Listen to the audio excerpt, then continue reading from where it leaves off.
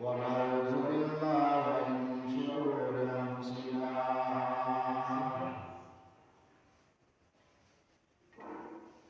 ومن سيئات أعمالنا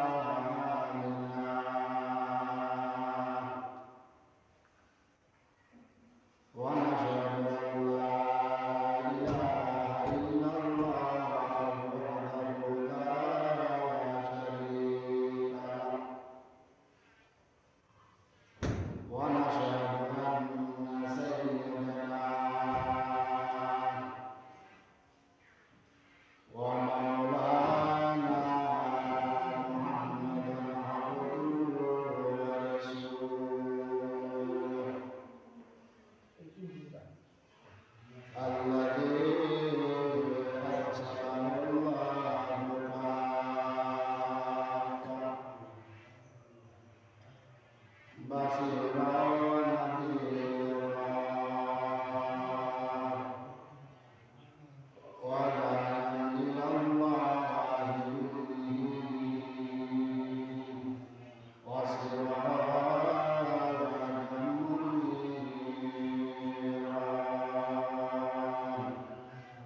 فقد قال الله تعالى في كلام المجيد وفي فرقان الحميد أعوذ بالله من الشيطان الرجيم بسم الله الرحمن الرحيم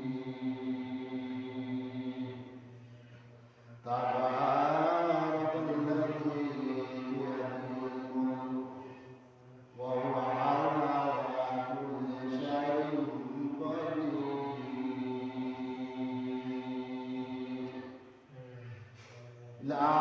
العاديات يا أيها الذين آمنوا صلوا عليه وسلموا تسليما اللهم صل على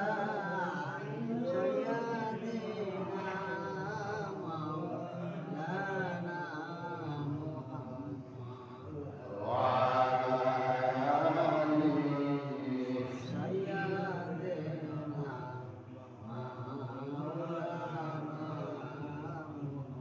اللهم صل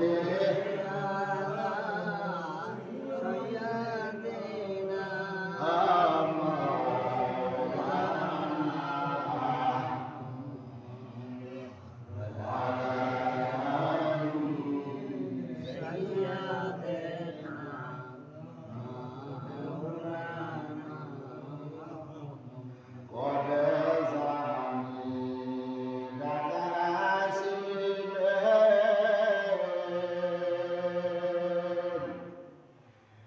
এবারে বড় সারিয়া আপন শুনে লয়া যাবে বড় দেশে চলিয়া সাল্লিয়া সাইয়্যিদানা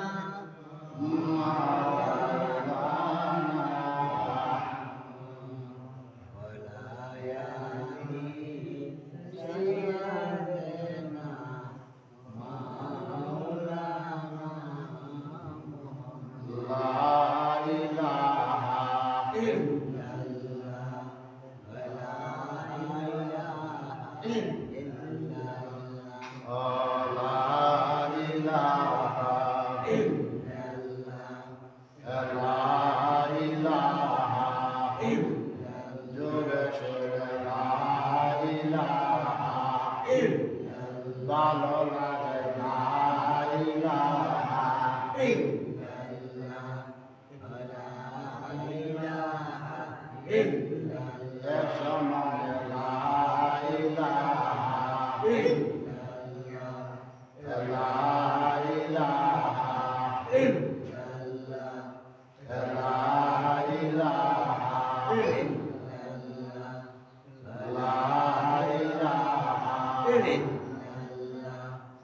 লা ইলাহা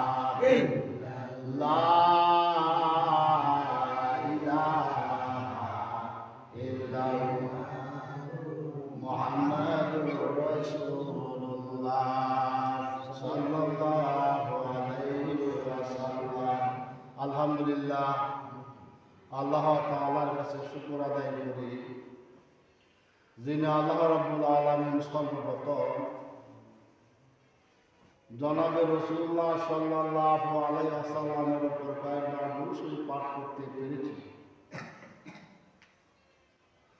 আল্লাহ রাব্বুল আলামিন আমাদেরকে আল্লাহর রহমতের ভিতরে দান করেছেন। সুবহানাল্লাহ। আল্লাহ রাব্বুল আলামিনের কাছে আমরা শুকর আদায় করি এই জন্য আমরা যে সর্বপ্রথম মসজিদের মধ্যে বসতে পেরেছি, ঠিক কিনা? আল্লাহ রাব্বুল আলামিন আমাদেরকে আপনাদেরকে যাচাই করে বাছাই করে নবীদের প্রতি যে কয়েকবার দুরূদ শরীফ পাঠ করতে পেরেছি, এটা আমাদের সৌভাগ্য। সুবহানাল্লাহ। কথা বলেন, এটা আমাদের সৌভাগ্য, ভাগ্য ভালো। কারণ দুরূদ শরীফ আমরা যারা আছি তারাই তো পড়ছি, যারা আসি নাই তারা করে নাই। আল্লাহ রাব্বুল আলামিন বলেছেন, আমি যাদেরকে তৌফিকটুকু দান করি তারাই আমার রহমত পায়। সুবহানাল্লাহ। আমি আল্লাহ তাআলা যাদেরকে তৌফিকটুকু দান করি তারাই ওই সওয়াবের কাজের মধ্যে বসে যায়। সুবহানাল্লাহ। আমি আপনাদের সামনে 29 পারা সূরাতুল মুলক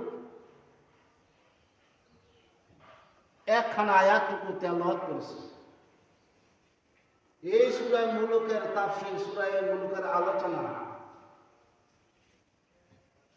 এই সূরা মুলুকটা, মুলুক অর্থ হলো বাদশা। সুবহানাল্লাহ। মুলুক অর্থ কি? বাদশা। কারা? আল্লাহ। কথা বলেন, আরে বাদশা কারা? এই মুলুক শব্দ হলো বাদশা, যিনি পৃথিবীর মালিক উনি হলো বাদশা। এই মুলুক শব্দ হলো বাদশা। এই সূরাটা আমি আপনাদের সামনে তেলাওয়াত করেছি। এই সূরাটার ভিতরে 30টা আয়াত। সুবহানাল্লাহ। এই 30টা আয়াতের ভিতরে এই সূরাটা নাযিল হয়েছে মক্কা। সুবহানাল্লাহ। মক্কায় কার ঘর? আল্লাহ। মক্কায় কার ঘর? আল্লাহর ঘর। এই সূরাটা মক্কা নাযিল হয়েছে। এই সূরাটার ভিতরে 30টা আয়াত। এই সূরাটা মুলুক কেন আল্লাহ পাক নাম রাখলেন? আল্লাহ রাব্বুল আলামিন বলেছেন, তাবারাকাল্লাযী বিয়াদিহিল মুলক। ও দুনিয়া মানুষেরা, আমার হাতের মধ্যে রাজত্ব। কথা বল না করে। আল্লাহ আমার হাতের মধ্যে রাজত্ব, আমার হাতের মধ্যে সবকিছু। আমি আল্লাহ তাআলা হাতের মধ্যে রাজত্ব, আমি আল্লাহ তাআলা হাতের মধ্যে রাখলাম পৃথিবীর মালিক আমি আল্লাহ। সুবহানাল্লাহ। ওয়া হুয়া আলা কুল্লি শাইইন কদির। ও দুনিয়ার মানুষরা, আমি আল্লাহ তাআলা শক্তিশালী, আমার উপর আর কেউই নাই। আছে? কথা বলেন। আল্লাহর উপর আর কেউ আছে শক্তিশালী? নাই। কেডা উনি? আল্লাহ। কেডা? আল্লাহ। আল্লাহ রাব্বুল আলামিন বলেছেন,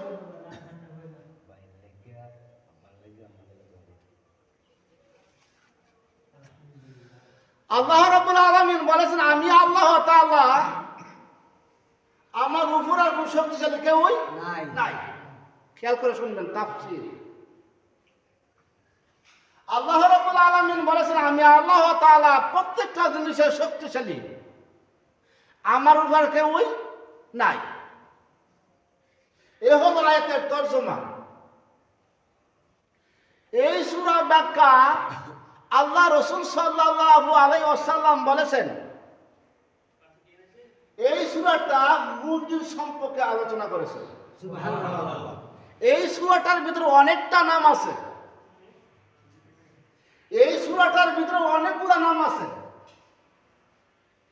এই সূরাটার ভিতরে আল্লাহ রাসূল সাল্লাল্লাহু আলাইহি ওয়াসাল্লাম বলেছেন, যারা ফজর নামাজের পর এই সূরাটা তেলাওয়াত করবে। সুবহানাল্লাহ। কোন নামাজের পর? ফজর। কোন নামাজের পর? ফজর নামাজের পর যারা তেলাওয়াত করবে, আল্লাহ রসুল সাল্লাল্লাহু আলাইহি ওয়াসাল্লাম বলেছেন ওই লোকটার কবর আযাব আল্লাহ মাফ করে দিবেন। সুবহানাল্লাহ। কবর আযাব নবীজি বলেছেন। এই সূরাটা এমন একটা সূরা মানুষদেরকে আল্লাহ পাক মুক্তি দান করবে। সুবহানাল্লাহ। মুক্তি দিব এই সূরাটা। এই সূরাটা বললে আল্লাহ মুক্তি দিব।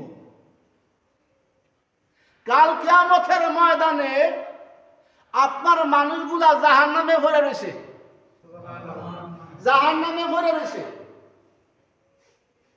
এই সূরাটা যে আপনি দুনিয়ার মধ্যে তেলাওয়াত করছেন, আল্লাহ হুকুম দিবে বান্দা তুমি এই সূরাটা দুনিয়ার মধ্যে পড়ছিলা, আমি আল্লাহ তাআলা তোমার আজকে অনুমতি দিলাম।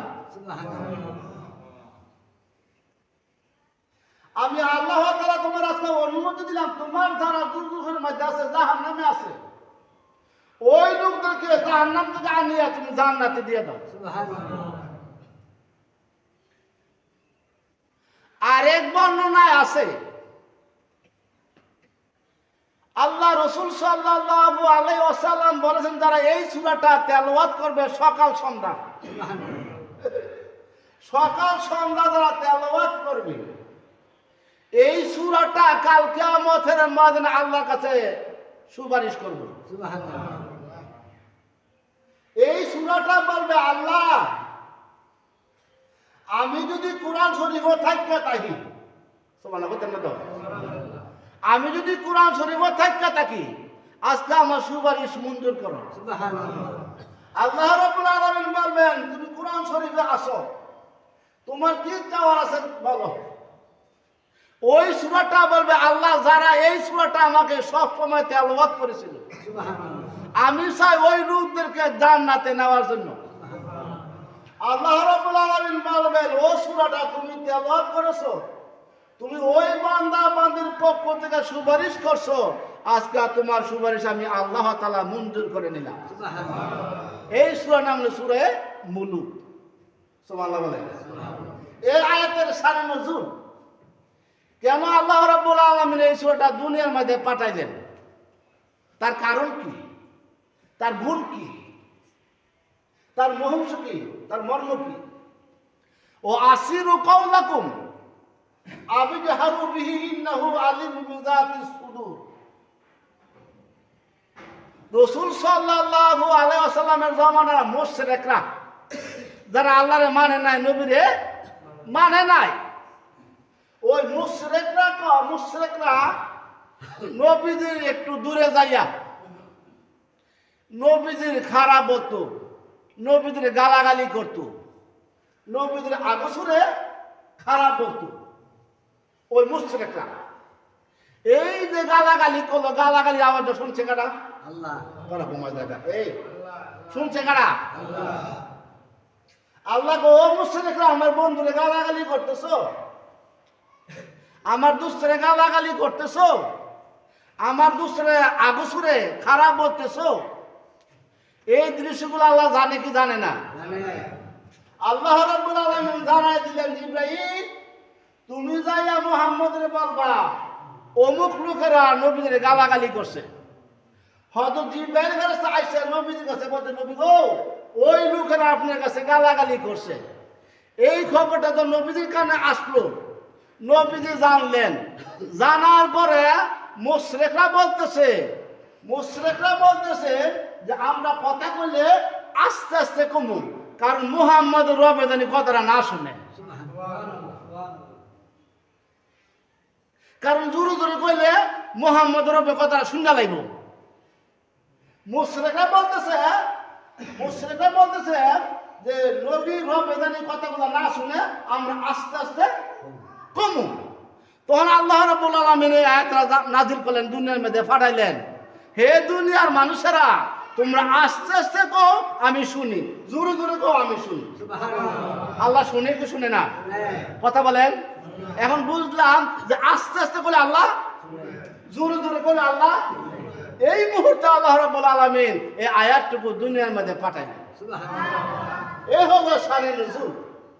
রাসূল সাল্লাল্লাহু আলাইহি ওয়াসাল্লামের জামানা রাসূল সাল্লাল্লাহু আলাইহি ওয়াসাল্লামের জামানায় একজন সাহাবায়ে কেরাম এই সূরাটা তেলাওয়াত করতেন। সুবহানাল্লাহ। আর ঘুমায় না। তোমরা ভুল করে লা ইলাহা ইল্লাল্লাহ। গুনাহ হাত করে লা ইলাহা ইল্লাল্লাহ। হাতটাও দিব লা ইলাহা ইল্লাল্লাহ। মাশাআল্লাহ। লা ইলাহা ইল্লাল্লাহ। লা ইলাহা ইল্লাল্লাহ। লা ইলাহা ইল্লাল্লাহ। লা ইলাহা ইল্লাল্লাহ। লা ইলাহা ইল্লাল্লাহ। লা ইলাহা ইল্লাল্লাহ। লা ইলাহা ইল্লাল্লাহ। মাশাআল্লাহ। লা ইলাহা ইল্লাল্লাহ।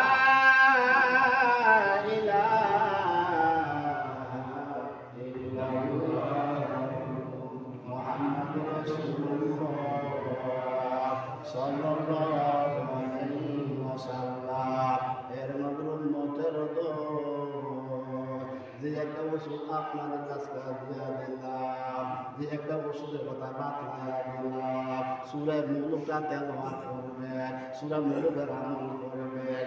আমার ভাইরা, আল্লাহর নবীর সাহাবায়ে কেরাম এই সূরাটা এরকম ভাবে পড়তো রে ভাই, উনি পড়ার সময় কান্নাকাটি করতো। ওই সাহাবায়ে কেরাম এমন ভাবে কান্নাকাটি করতো, ওই সাহাবায়ে কেরাম কাঁদতে কাঁদতে ওনার চেহারা গুলা ভিজায়া ফেলল। এই আওয়াজ গুলা নবীদের কানে গেল, নবীদের কানে গেল। আল্লাহর নবীজি ওই লোকটার কাছে আসলো, আসার পর জিজ্ঞাসা করলো, সাহাবায়ে কেরাম তুমি কোন কারণে কান্নাকাটি করতেছো, কোন বিষয়ে মৃত্যু কান্নাকাটি করতেছো? ওই সাহাবায়ে কেরাম বলেছেন, ওগো আল্লাহর নবীজি আপনি জানাইয়া দিলেন নবী, যারা সূরা মুলুক তেলাওয়াত করবে ওই লোকটার কবরে আযাব আল্লাহ ক্ষমা করে দিবেন। সুবহানাল্লাহ। নবী গো আমি কবরের চিন্তা করি গো নবী, আমি জাহান্নামের চিন্তা করি, আমি আগুনের চিন্তা করি, এই জন্য আমি বেশি বেশি করে আয়াতটুকু তেলাওয়াত করি। সুবহানাল্লাহ। আরে মুসলমান, আল্লাহর নবীজি এই কথা শোনার পরে বলেছেন, ও সাহাবায়ে কেরামরা, যে লোকটা ফজর নামাজের পর সূরা মুলুক তেলাওয়াত করবে, আসর নামাজের পর করবে, এশার নামাজের পর করবে, ওই লোকটা যদি বিশ্বাস করে, আল্লাহর নবীজি বলেছে, আল্লাহ রাসূল বলেছে, যদি লোকটা দুনিয়ার মধ্যে সকালবেলা পড়লো, দিনের বেলা মারা গেল, অথবা রাত্রে পড়ছে, রাতের ভিতরে মারা গেছে, আল্লাহ রাব্বুল আলামিন ওই লোকটার কবর আযাব মাফ করে দিবেন। সুবহানাল্লাহ। এর নবীর উম্মতের দল, আমরা কোন দিকে হাত ধরে ভাই? আমরা আজকে চোখটি অন্ধ হয়ে গেল, আল্লাহর কোরআন পড়তে পারি না, নামাজ ঠিকভাবে পড়তে পারি না রে ভাই। একদিনে কবরের চিন্তা করলাম না, একদিনে কবরের চিন্তা করলাম না। এ মুসলমান, আমার আপনার জানা নাই রে ভাই, মালাকুল আজরাইল আমার সামনে আপনার সামনে হাজির হয়ে যাবে। ঠিক কিনা বলুন, ঠিক কিনা বলুন আমার ভাইরা? বাইতুল মুকাদ্দাস একজন আল্লাহওয়ালা মানুষ, আওয়াজ করে বলেন, একজন আল্লাহওয়ালা মানুষ দরজার মাঝে বসিয়া ওই লোকটা 12,000 বার সূরা ইখলাস তেলাওয়াত করেছে। সুবহানাল্লাহ। কোন বলা সূরা 12,000 বার, 10,000 মধ্যে পড়ে গেল। কয় হাজার বার? কোন সূরাটা? কোন বলা সূরা দূরে পড়ছে। 12,000 বার ওই লোকটা পড়ছে প্রত্যেক দিন, সব সময়। আর আমরা বাইসা নাই, ঠিক কিনা? আমরা মধ্যে আমার না। আর ওই লোকটা 12,000 বার প্রত্যেক দিন দরজার মধ্যে বসে বসে বসে পড়ার পর উনি একদিন অসুস্থ অবস্থা, ওষুধ দেখে না। আল্লাহ এই বাসা ভাই, ওষুধ দেখে না, একটু খেয়াল করে শোনেন, ঘুমায়েন না, বাধ্য ঘুমায়েন সময় করে পুণ্য জানে ভিতরে কি করে। ওই লোকটা অসুস্থ অবস্থা, ওই লোকটা ওনার ছেলেদেরকে ডাকাইল, আমি আর বাঁচতাম না, আমি আর বাঁচতাম না, আমার শেষ মরার আগে একটা নমুনা আল্লাহ দেখা, মরার আগে একটা নমুনা দেখা, এটা আল্লাহ দেখা, আমরা যে থাকতেন না দুনিয়া, এই নমুনাটা আল্লাহ দেখা। ওই মহিলা বলতেছেন, লোকটা বলতেছেন, আমি আর দুনিয়াতে থাকবো না।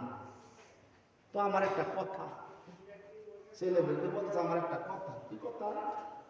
আমি যখন মারা যাব আমার কাপড়টা কাফনের সঙ্গে কবর দিয়ে দেব। এই নিয়ত করছে ছেলেদের। নিয়ত করার পর ওই লোকটা দুনিয়া থেকে বিদায় হওয়ার পর ছেলেরা বলতেছে পুরান কাপড় দিয়া মারে দাফন করব, আমরা নতুন কাপড় এনে মারে দাফন। ওই নতুন কাপড় দিয়া ছেলেরা কবরের মধ্যে শোয়া দিয়ে আসবে। আসার পর ওই লোকটা সন্তানদেরকে স্বপ্ন দেখাচ্ছে, কবর থেকে লোকটা আল্লাহ স্বপ্ন দেখাইছে, তোমরা যে আমার কামটা করলাম, আমি বলে দিলাম যে আমার কাপড়টা কাফনের সঙ্গে করে আমার কাপড়টা দেখুন না সঙ্গে করে দেও না, এই স্বপ্ন দেখলেন ছেলেরা। দেখার পর ওই ছেলেরা চিন্তায় পড়ে গেল, কি দেখলাম স্বপ্নে, আমার মা আজকে স্বপ্নে দেখাইল আমাদেরকে, মনটা তো ভালো না, অস্থির হয়ে গেলাম। তখন ওই ছেলেরা কাপড় নিয়ে রওনা করলো কবরে, পুরান কাপড় নিয়ে রওনা করলো কবরের দিকে। এবার কবরের মাটি ফাঁক করলেন, ভাতগুলা ফাঁক করলেন, ফাঁক করার পর মাটি অন্ধকার কবরের মাঝে না, মা অন্ধকার কবরের মধ্যে নাই। ছেলেগুলা ঠান্ডা কাটে শুরু করলো, আমার আম্মা জানে কবরের মধ্যে শুয়াইলাম, আসলাম মাটি কবরের মধ্যে না। ওই ছেলেরা চিন্তায় পড়ে গেল, আজকে আমার আম্মা জান কবরে নাই, কোথায় গেল, কোথায় গেল আমার আম্মা জান? ও হঠাৎ করে গায়েবী আওয়াজ দিল, গায়েবী আওয়াজ দিল, হে আল্লাহর বান্দা জানায়া দিলাম, যারা আমল গুলা করবে আল্লাহ আল্লাহ হয়ে যাবে, ওই বান্দারে আল্লাহ একা একই রাহে না, আল্লাহর কাছে নিয়ে যা।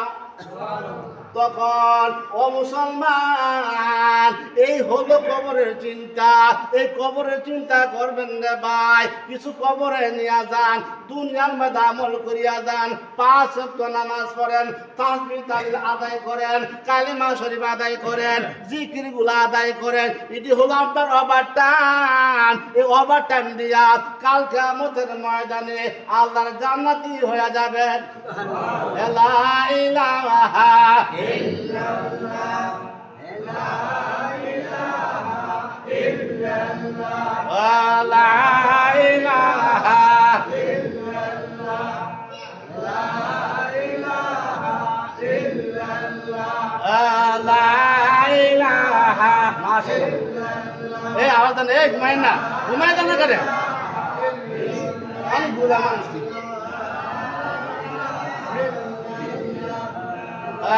লা ইলাহা ইল্লাল্লাহ, লা ইলাহা ইল্লাল্লাহ, লা ইলাহা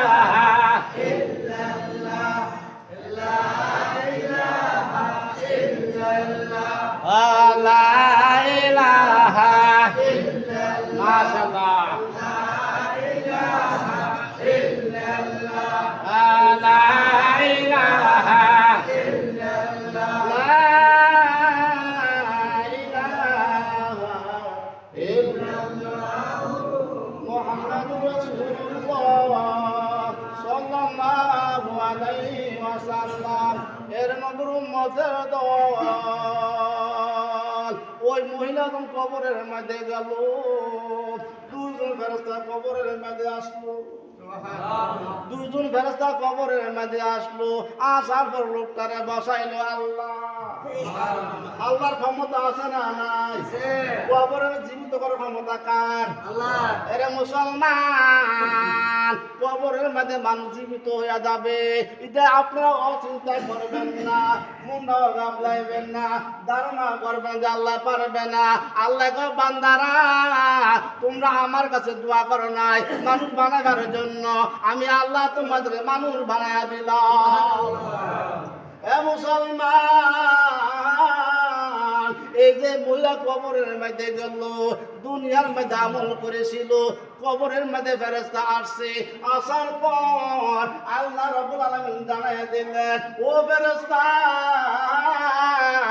যে লোকটা কবরের মধ্যে আসছে আমি আল্লাহ ওই লোকটার জন্য জান্নাতের সাথে রাস্তা খুলিয়া দিলাম। আজকা ভাই আমরা এই রাস্তা পাবো না রে ভাই, এই রাস্তা যাইতো পারবো না রে ভাই, আমরা আমলের অভাব, আমলের মধ্যে ঘাটতি।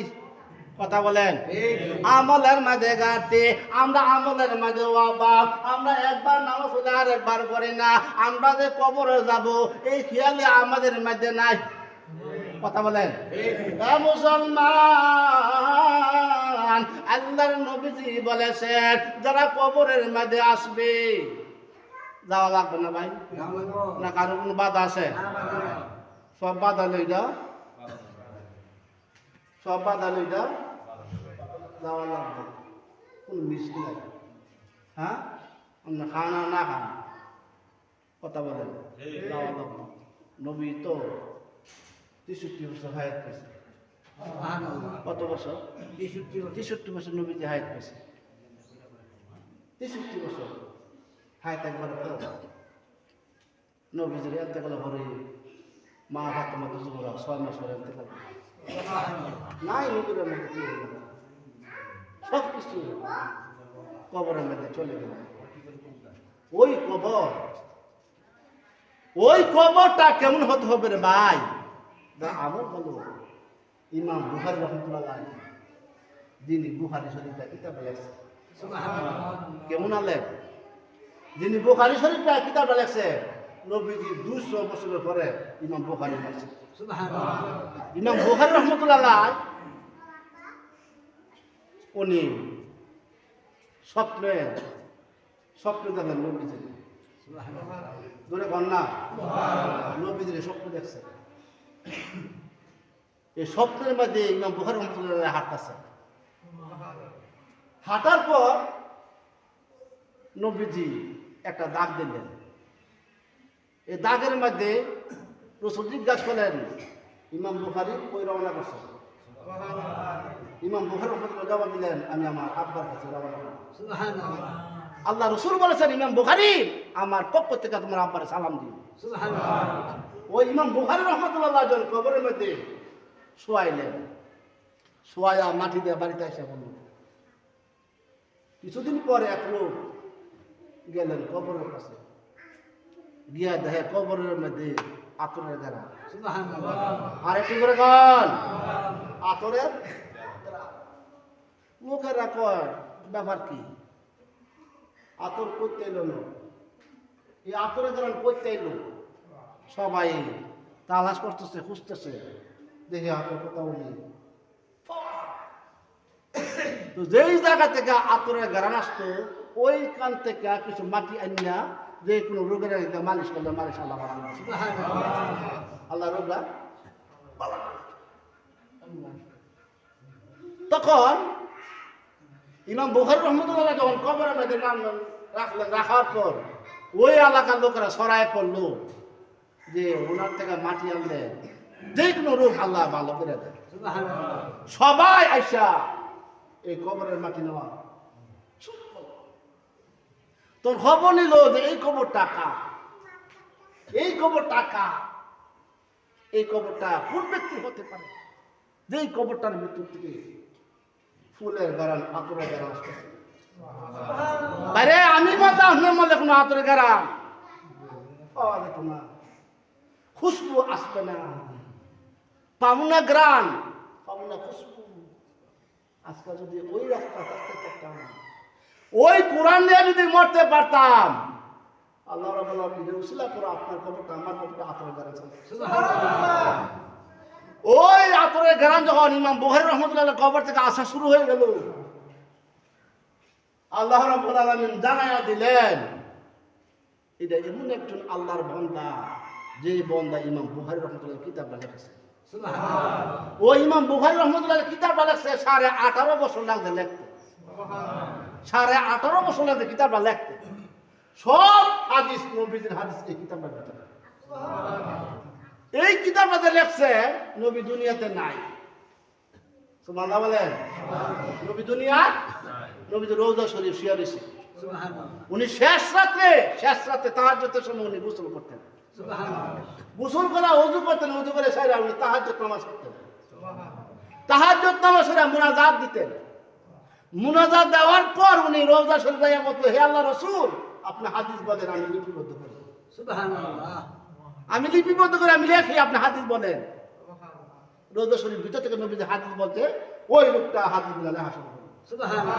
এরকম ভাবে 18.5 বছর লাগছে ওনার নবীদের হাদিস গুলো লেখা। সুবহানাল্লাহ। এই ইমাম বুখারী রাহমাতুল্লাহ যদি কবরের ভিতরে আতরের গারান আসতে পারে, ফুলের গারান আসতে পারে, খুশবু আসতে পারে, উনিও তো মানুষ, আমিও তো বাইরে। আমার কবরে কেন আতর নাই, আমার কবরে কেন খুশবু নাই, আমার কবরের মধ্যে কেন খুশবু নাই? আল্লাহ রাসূল সাল্লাল্লাহু আলাইহি ওয়াসাল্লাম বলেছেন, যারা 5 ওয়াক্ত নামাজ পড়ে আসবে, যারা হালাল হারাম বাচ্চা চলবে, ওই লোকটার কবরে আল্লাহ রাব্বুল আলামিন ফেরেশতা এমন ভাবে আমল করবে, এমন ভাবে আল্লাহ রাব্বুল আলামিন জানায় দিবেন, ও ফেরেশতা এই বান্দার সঙ্গে সুন্দর ব্যবহার করবে। সুন্দর ব্যবহার করবা। এই বান্দা দুনিয়ার মধ্যে আমি যা হুকুম করেছি সবগুলা মানিয়া চলছে, ও ফেরেশতা এই বান্দার জন্য আমি আল্লাহ তাআলা জান্নাতের টিকিট দিয়ে দিলাম। সুবহানাল্লাহ। বাইরে এই দুনিয়া থাকবার জায়গা না। এই সূরাটা যদি পারেন সময়ের মধ্যে একটু আয়াত, একটা আয়াত পড়বেন 30 দিনে 30টা আয়াত পড়লেন, একটা আমল করলেন, তাবারাকাল্লাযী বিয়াদিল মুলকু।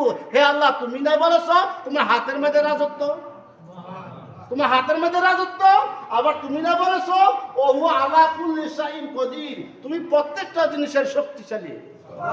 আল্লাহ রাব্বুল আলামিন বলেছেন এই আয়াতের ব্যাখ্যা, এই আয়াতের আলোচনা বলেছেন যে 4টা জিনিস আমার হাতে। কয়টা জিনিস? তারা ঘুমায় জাগাননি। কয়টা জিনিস? 4টা জিনিস কার হাতে? আল্লাহর হাতে। আল্লাহ রাব্বুল আলামিন বলেছেন আমি আল্লাহ তাআলা যেমন আছি এমনই থাকি।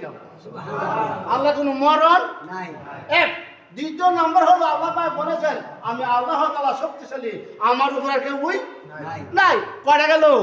2টা। আল্লাহ বলেছেন ও দুনিয়ার মানুষেরা আমি আল্লাহ তাআলা মানুষদেরকে রিজিক দিই। সুবহানাল্লাহ। কারা দেয়? 3টা। তৃতীয় চতুর্থ নম্বর হলো আল্লাহ রাব্বুল আলামিন বলেছেন আমি দুনিয়ার বাদশা পরকালের বাদশা। সুবহানাল্লাহ।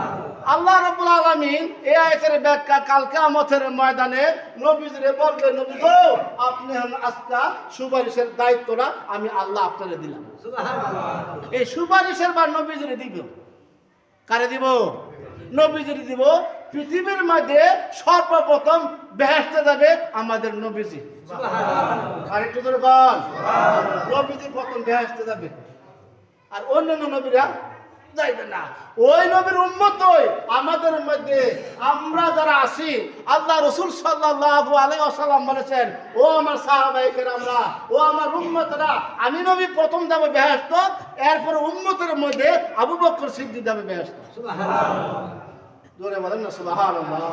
তাইরা এই রাস্তা সবাই যেতে হবে, এই পথের প্রতীক আমরা সবাই, ঠিক কিনা বলো? এই মরণ থেকে কি বাঁচার ক্ষমতা নাই। লা ইলাহা ইল্লাল্লাহ, লা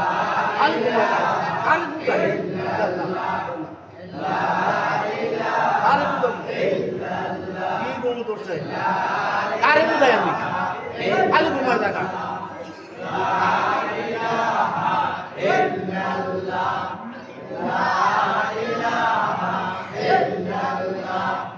লা